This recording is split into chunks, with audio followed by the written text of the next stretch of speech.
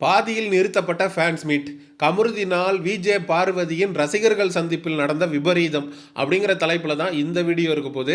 என்னதான் இருந்தாலும் கமருதீன் இப்படி ஒரு காரியத்தை செஞ்சிருக்க கூடாது. என்ன நடந்துச்சு, ஏது நடந்துச்சு அப்படிங்கிறத பற்றி நம்ம தெளிவாக பார்க்க வேண்டியிருக்கு.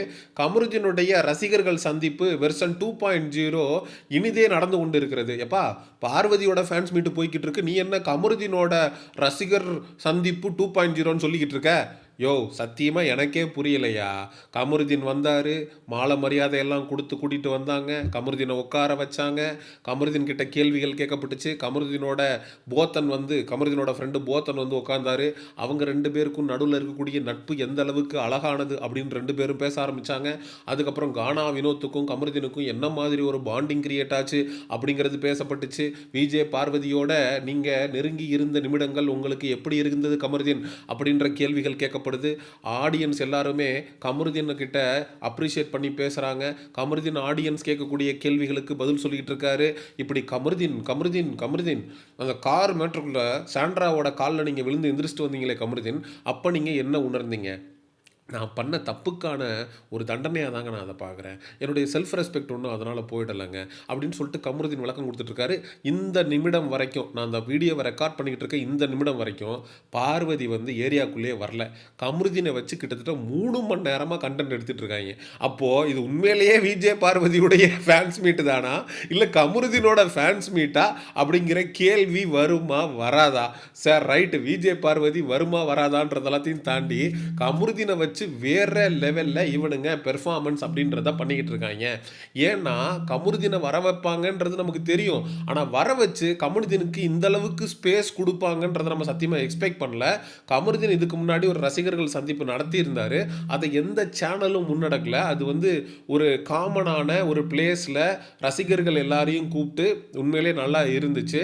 ஆனா கமருதீன் வந்து பார்வதியோட இந்த பர்டிகுலர் ஃபேன்ஸ் மீட்ல ஆடியன்ஸோட நிறைய இன்டராக்ட் பண்ற மாதிரி, அவருடைய பிக் பாஸ் அனுபவத்தை வந்து ஷேர் பண்ணிக்கிற மாதிரி, நிறைய கான்ட்ரோவர்சியான கொஸ்டினுக்கு பதில் சொல்கிற மாதிரி, ஸோ கலாட்டா எடுத்துகிட்டு போகிறானுங்க இவனுங்க வந்து பார்ட் 1, பார்ட் 2, பார்ட் 3, பார்ட் 4, கடைசி பார்ட்டில் தான் விஜே பார்வதியை முழுசாக உட்கார வச்சு இவங்க பேசுறது வச்சது எல்லாமே வரும். செட்டுக்கு போன நிறைய நபர்கள் வந்து பார்வதி கமருதீன் ரெண்டு பேரையும் பார்த்து ஷிப் பண்ணக்கூடிய நபர்களாக இருந்திருப்பாங்க போல இருக்கு. அதனால் அரங்கம் ஒன்னொன்றுக்கும் பார்வதி கமருதீன் சம்பந்தப்பட்ட எடிட்லாம் போடப்பட்டிருக்கு.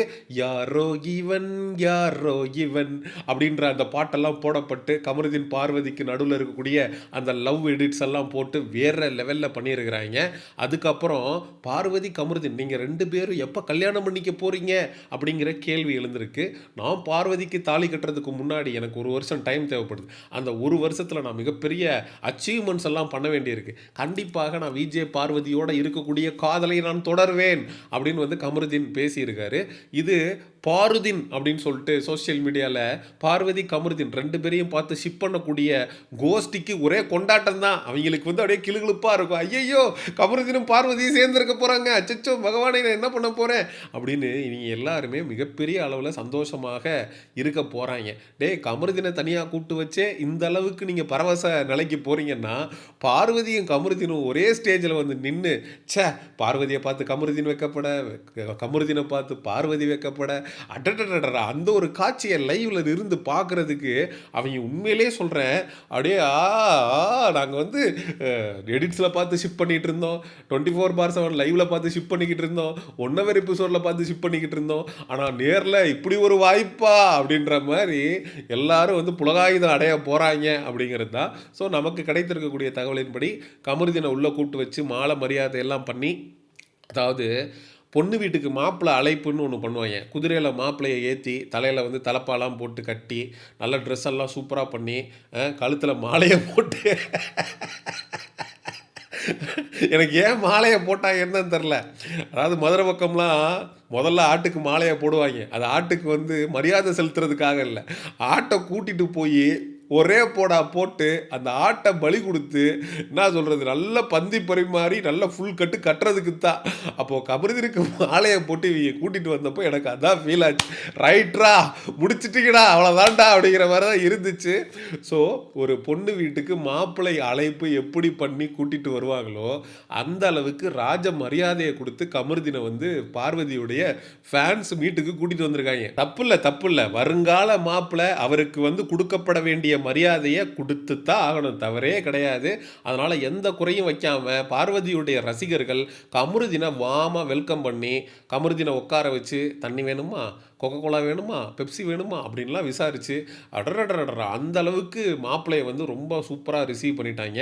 அடுத்து எப்போ பொண்ணு வரும், எப்போ வந்து அடுத்த கட்டமாக வந்து நிச்சயதார்த்தத்தை முடிச்சுட்டாங்கன்னா சந்தோஷமாக இருக்கும். தட்டு தாம்பலம்லாம் மாற்றி இந்த ஷோலேயே நிச்சயதார்த்தத்தை முடிச்சுட்டு அடுத்த ஒரு வருஷத்தில் கல்யாணம்னு அனௌன்ஸ் பண்ணிட்டாங்கன்னா இருக்கிற எல்லாருக்கும் வந்து உண்மையிலேயே ரொம்ப சந்தோஷமாக இருக்கும். நான் கூட என்னோட பிக் பாஸ் ரிவ்யூ பண்ணிக்கிட்டு இருந்த டைமில் நான் சொல்லியிருந்தேன்.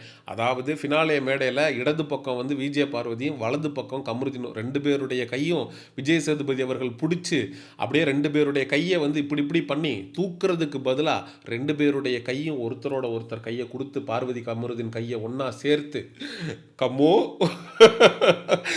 என் கண்ணியே உன்கிட்ட நான் ஒப்படைக்கிறேன், அதுல இருந்து நான் ஆனந்த கண்ணீரை தான் பார்க்கணும், ரத்த கண்ணீர் எதையும் நான் பாத்திரக்கூடாது அப்படின்னு விஜய் சேதுபதி அவர்களுடைய தலைமையிலேயே விஜே பார்வதி மற்றும் கமருதீன் ரெண்டு பேருக்கும் கல்யாணம் பண்ணி வச்சாருன்னா நல்லா இருக்கும் நான் பேசியிருந்தேன். ஆனால் அன்ஃபார்ச்சுனேட்லி ரெண்டு பேரும் ரெட் கார்டு வாங்கி கொண்டு பிக் பாஸ் வீட்டை விட்டு வெளியில் வந்ததுனால இந்த ஃபேன்ஸ் மீட்லேயாவது கல்யாணம் வரைக்கும் வேண்டாம், மினிமம் ஒரு நிச்சயதார்த்தத்தை பண்ணி ரெண்டு பேருக்கும் வந்து ஒரு 1 இயர் தேதியெல்லாம் குறித்து அனுப்பிட்டீங்கன்னா நானும் கல்யாணத்துக்கு வந்து நல்லா சாப்பிட்டுட்டு 101 ரூபா மொய் வச்சுட்டு மாப்பிள்ளை பொண்ணை நல்லா இருங்கன்னு வாழ்த்திட்டு வந்துடுவேன். ஸோ இந்த ஃபேன்ஸ் மீட் எப்படி இருக்கும் அப்படின்னா, பார்வதி ரசிகர்களாக இருந்தீங்கன்னா இந்த ஃபேன்ஸ் மீட் உங்களுக்கு பிடிக்காது, கமருதீன் ரசிகர்களாக இருந்தீங்கன்னா இந்த ஃபேன்ஸ் மீட் உங்களுக்கு பிடிக்காது.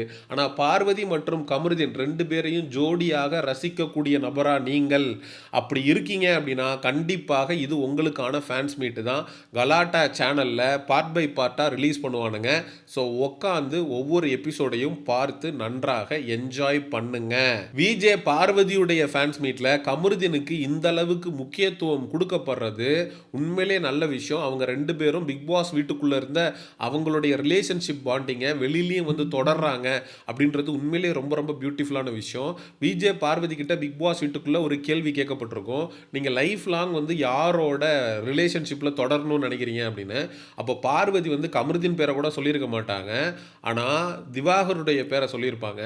பார்வதியுடைய ஃபேன்ஸ் மீட்டில் வாட்டர்மெலன் ஸ்டார் திவாகர் இல்லாமல் ஒரு ஃபேன்ஸ் மீட்டா அப்படின்ற கேள்வி எனக்குள்ளே எழுந்திருந்துச்சு.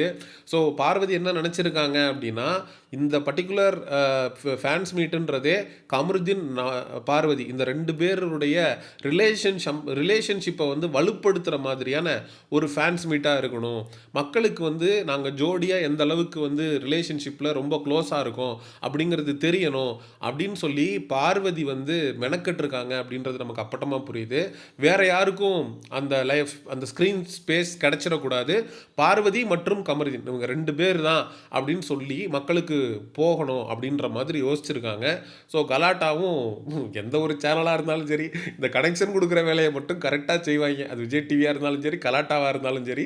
ஸோ அந்த மாதிரி விஜே பார்வதி மற்றும் கமருதீன் ரெண்டு பேருக்கும் நடுவில் ஒரு நல்ல பாண்டிங் இருக்கிறது வந்து நல்ல விஷயந்தான். சரி, மக்களாகிய நீங்கள் விஜே பார்வதியுடைய ரசிகர்கள் சந்திப்பில் கமருதீனுக்கு இந்த அளவுக்கு முக்கியத்துவம் கொடுக்கப்பட்டதை பற்றி என்ன நினைக்கிறீங்க அப்படிங்கிற உங்களுடைய கருத்துக்களை மறக்காமல் கமெண்ட் செக்ஷனில் சொல்லுங்கள்.